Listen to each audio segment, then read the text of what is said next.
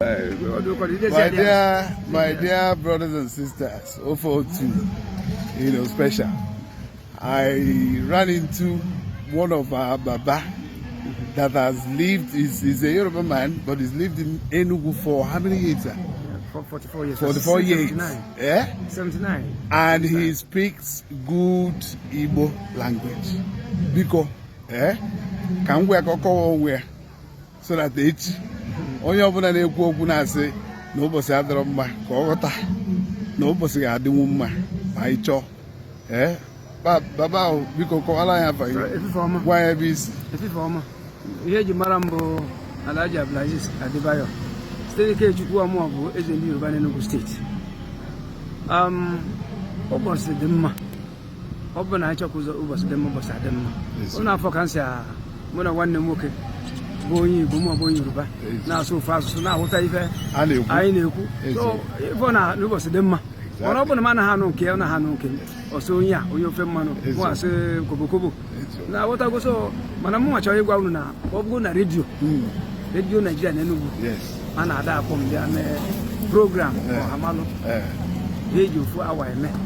ndị mmadụ ga na-akpọ site na steeti ndị Igbo niile na-asị egwu na aspa na onye abụ onye Yoruba na ha ekweghọ na onye abụ ma o mere eme 92.5 na-akpọkọ m ebe a na-eme program Igbo. Eziokwu achọrọ m ka ị kọọla anyị ife butere gị Enugu tata. Ihe butere m n'Enugu tata bụ ike egwu ndụ agụba Paul nwa ezi Igbo ọzọ ozugbote enyi nwoke mana site na nne ya ka mụ na famili na wee mara Obioma Street ha nwere nọmba 2 Obioma Street orugo arọ 30 na metinyekwuo nji mara nna ha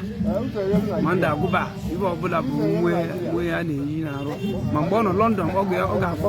ọkpọ n'ekwentị ọsị nwanne nwaanyị ya duje m ahịa kụrụ jee chọrọ ya ihe ga-adị mma mụ emekwuru echikwu tinyekwa aka ọ dịkwa mma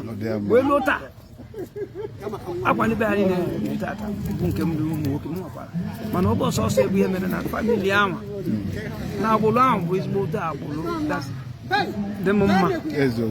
nji mara Enugu ukwu abịago m be ha n'Igbaleke gburugburu ma mgbe a na-echi ọzọ a na-akwata ata mgbe a na-echi ya ọzọ abịa mbe mgbe ahụ ka igwe Osagụna nọ ndụ onye ngwe echiri ya ọzọ asị nga njọ ohe kedu isi na otego gị na ndị Enugu ukwu ka vileji one ịbịago n'Enugu ukwu mana ihe a bịara na mgbede mana odomanya m ga-akpọtụ ọbụgodo 6 isii ebe anyị n'obodo bụ Urupaleke ama m uru n'ebo ma uru okwe awa ọvụ ma bọọ ọmịmị ma nke enu ma nke ana ma ezi ele asaba anyị na-ata azụ ndụ mgbe ahụ bụ nwadị mma mgbe eziri nnukwu ụkwa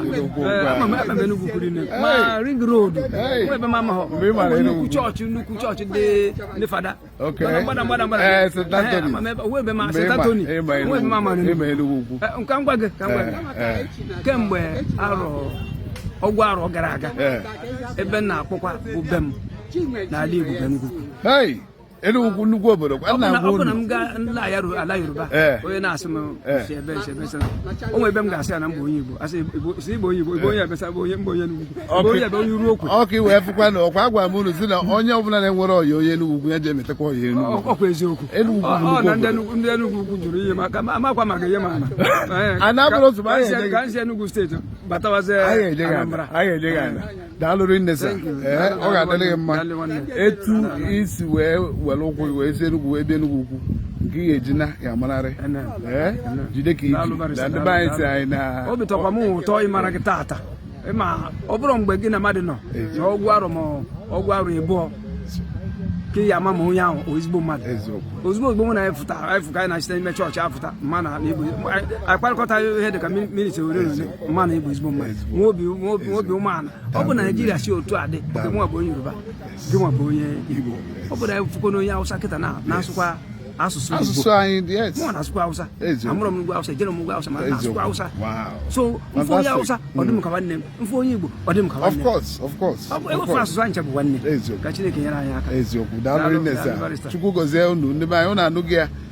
ebe onye ọbụla nọ ya na-eme ezigbo ife n'ụwa Daalụ rinne, sir. Kwasịrị ebe onye bi ka ọ Ọ na-awachi. na-awachi. Daalụ rinne, sir. Daalụ. Daalụ. Daalụ. Daalụ, sir.